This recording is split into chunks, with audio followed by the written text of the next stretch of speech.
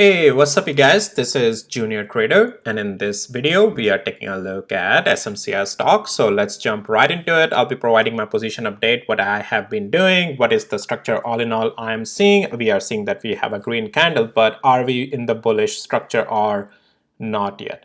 Or what to do, right? Everything just as an educational opinion that I'm providing here, nothing more than that. So with that, hit the like, subscribe. Also, please note, none of this is any financial advice and it's only for education purposes.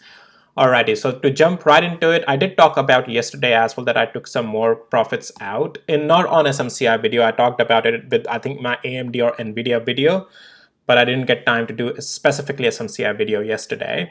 So yeah, so this is where I took out some more yesterday, almost I think 5 to 10%, and today also I took out more when we were going up and changing the structure. And I'll talk about things in just a second, but how much position have I left now, and that is now almost just 20% almost remaining short position of mine that I opened at the break of structure of 835.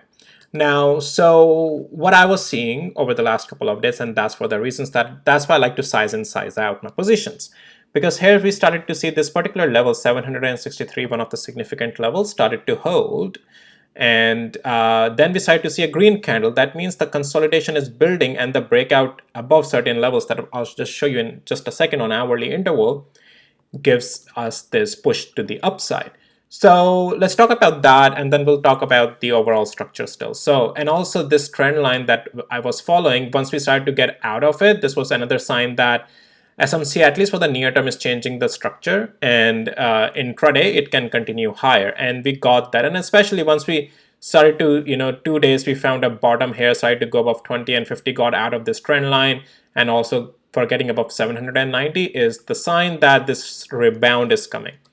Now, so those are the things, all right? So yes, I'm only 20% left in my short position, still good profitable, and I'm still in the money with the 20% remaining position, but why am I still holding 20% of my position here? Because, well, first of all, I'm not in my stop loss region, which is up here. And second of all, this rebound is coming, but the structure is not overall bullish still. Overall structure, that's what I'm saying, all right? Yes, intraday upside is coming, which is a rebound in the downtrend structure right now.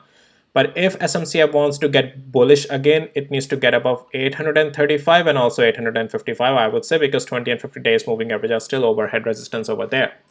So if SMCI wants to change structure fully back again to bullish, then we need to see it above 855 almost. And a close a day above that, then I would say, okay, structure is changed. All right. Otherwise, this is just intraday rebounds. Intraday long can be traded, and that's fine. But as of my swing position, I'm sizing out more because, well, I make money on the short when the price goes down. So when the price is going up, I want to size down as well because I'm still in the money. It's just that I'm sizing out more.